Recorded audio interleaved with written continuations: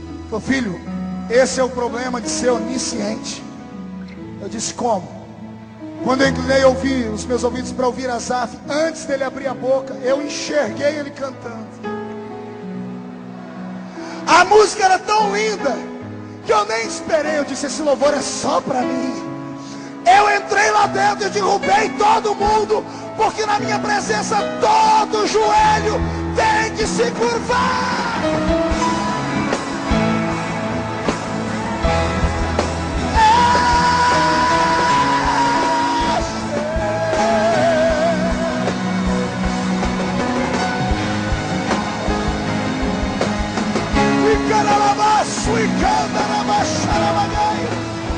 Oh, aleluia!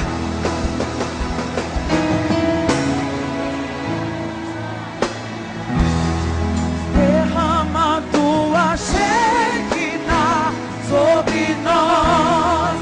Derrama tua Shekinah sobre nós. Não conseguiremos ficar de pé. Tamanha é sua glória sobre nós. Derrama tua Shekinah sobre nós. Derrama tua Shekinah sobre nós. Não conseguiremos ficar de pé. Tamanha é sua glória sobre nós. Derrama tua Shekinah sobre nós. Derrama tua Shekinah sobre nós. Não conseguiremos ficar de pé. Tamanha é sua glória sobre nós. Desse dia em diante, Israel como nação permaneceu aos pés do Deus de Israel, porque provaram à luz da Bíblia que um homem que adora consegue tirar Deus de cima da nuvem. Vou repetir para a gente finalizar. É possível ser homem de carne e osso, ter defeitos e pecados, mas tocar o coração de Deus ao ponto de Deus sair de lá e vir aqui. Eu sinto Deus aqui. E eu quero fazer um convite.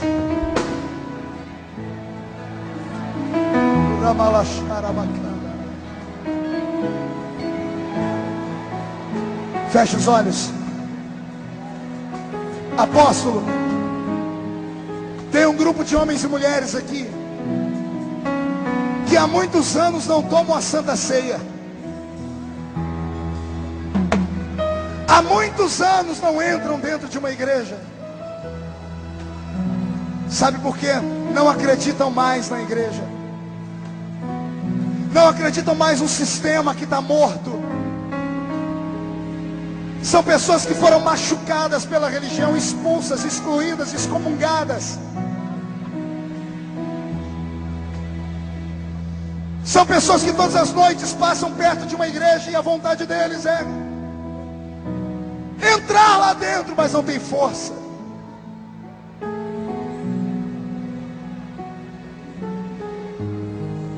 Hoje de manhã eu pregava em Vitória, de Vitória para São Paulo, sentou do meu lado um rapaz que me viu pregar na cidade dele quando ele era adolescente. 9 anos afastado. E quando ele me mostrou que estava afastado, eu agarrei o braço dele e usei a palavra misericórdia. E expliquei para ele que misericórdia é a junção de duas palavras. Uma é miseris e a outra é córdia. Miseris é o homem sujo, sem nome, sem sentido, podre, em pecado, morto, desgraçado e humilhado. E córdia é coração. Misericórdia é pegar aquele que não presta, não vale nada e guardar ele dentro do coração. 20 minutos de evangelismo e as lágrimas desceram no rosto. Parei em São Paulo no aeroporto, daqui a pouco ele veio correndo e falou: pastor, fala com a minha noiva aqui. E diz para ela que eu voltei para Jesus, que agora nós vamos casar.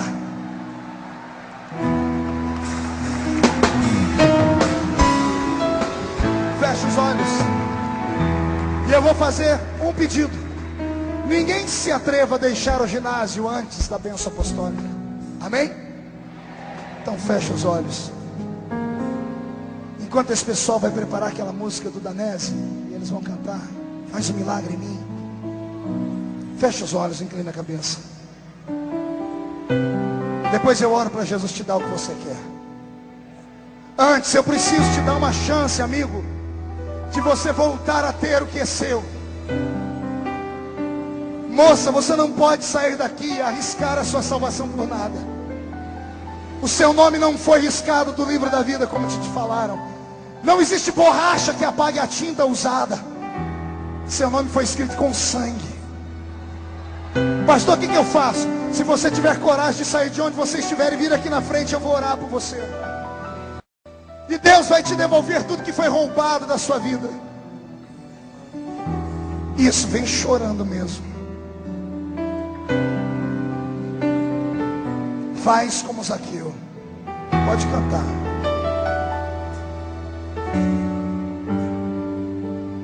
Como Zaqueu, eu quero subir. Meu Deus, quanta gente sem comunhão. O mais alto que eu Silvio, puder, são suas ovelhas. só pra te ver. São ovelhas que têm que ser pastoreadas por você. Cadê você? E chamar sua atenção. Isso, vem chorando, vem chorando. Olha aquilo ali, filme aquilo. Filme as pessoas chorando, filme as pessoas. Coloque no telão para as pessoas verem o que está acontecendo aqui. Eu preciso de ti, ó Pai. A igreja tinha que estar orando agora. Sou pequeno demais, me dá a tua paz. Largo tudo pra te seguir.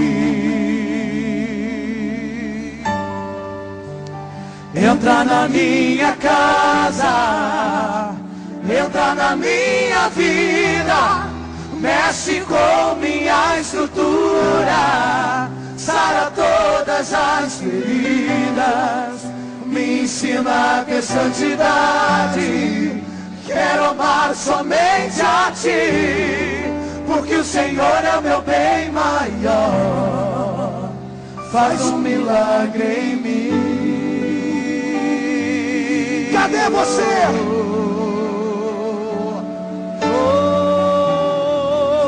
Cadê você que foi excluído, excomungado? Cadê você que cantava, que pregava? Eu quero subir o mais alto que eu puder. Cadê você? Pra te ver, olhar para ti e chamar sua atenção para mim. Eu preciso de ti, Senhor. Eu preciso de ti, Olha aquilo, Senhor. Pai. Sou pequeno demais, me dá a tua paz. Largo tudo pra te seguir. Vale a pena. Entra na minha casa, entra na minha vida, mexe com minha estrutura, sara todas as feridas, me ensina a ter santidade.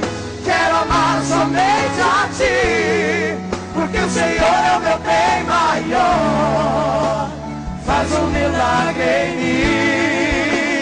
Entra na minha casa, entra na minha vida, mexe com minha estrutura, sara todas as feridas, me ensina a ter santidade.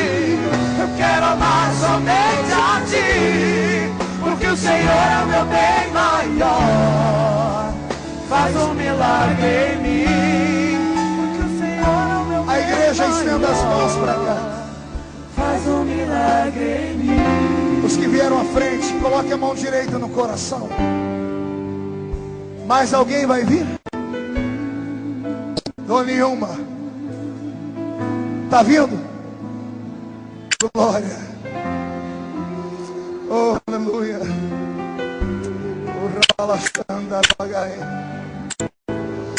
A igreja está em silêncio, mas o céu está em festa. Os anjos estão fazendo festa. As pessoas estão chegando pelo meio da igreja, pelas laterais, pelos flancos esquerdos e direitos. Meu Deus, inclina a sua cabeça. Pai, é com temor e amor, e como sacerdote nessa noite, eu apresento para Ti esses homens e mulheres que são o reino que eu preguei hoje. Reino perfeito, mas incompleto. Eles estavam em minha presença, estavam condenados à derrota, mas o Senhor usou a instrumentalidade da igreja e eles romperam em terra, vieram à frente com coragem. Alguns ainda estão chegando. Nós profetizamos que todos os pecados estão perdoados. Nós profetizamos que a maldição está quebrada, e o nome deles permanece escrito no livro da vida. E que depois dessa noite, tudo que foi roubado será devolvido, tudo que foi tomado será entregue, todo o tempo perdido será recuperado. E a igreja que é amorosa, amém. Vai dar um aplauso a Jesus enquanto alguém dá um abraço a eles aqui pra